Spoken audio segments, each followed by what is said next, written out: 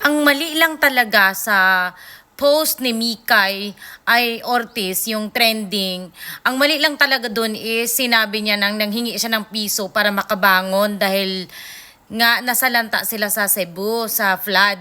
Ngayon, maraming nang bash kasi nga malaki ang mga views niya lagi, ang dami niyang milyon-milyon ang views niya na milyon din ang kita niya kay Meta, kaya siya binabash.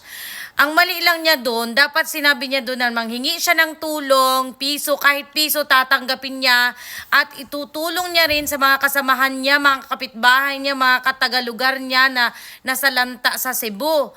Kasama kaming babangon, hihingi ako ng tulong sa inyo at tutulong din ako sa mga kasamahan ko na nasa lanta. Dapat kung ganun sana yung nasabi niya, hindi siya mababash. Siguro dahil sa trauma na rin, stress sa nangyaring trauma sa kanya, sa nangyari sa kanilang sobrang baha na hindi nila in-expect, na naging self-pity siya, naging sinarili niya yung panghingi niya ng tulong, which is nakikita ng mga tao na malaki nga ang mga ipon niya sa kanyang pagba-vlog, milyon yung makita niya, kaya naging bitter tuloy ang labas ng panghihingi niya ng piso.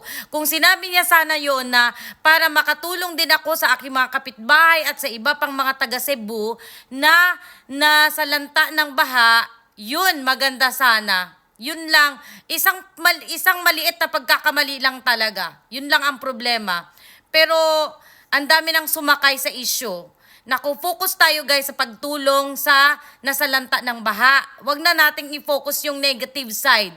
Focus na lang tayo sa pagtulong.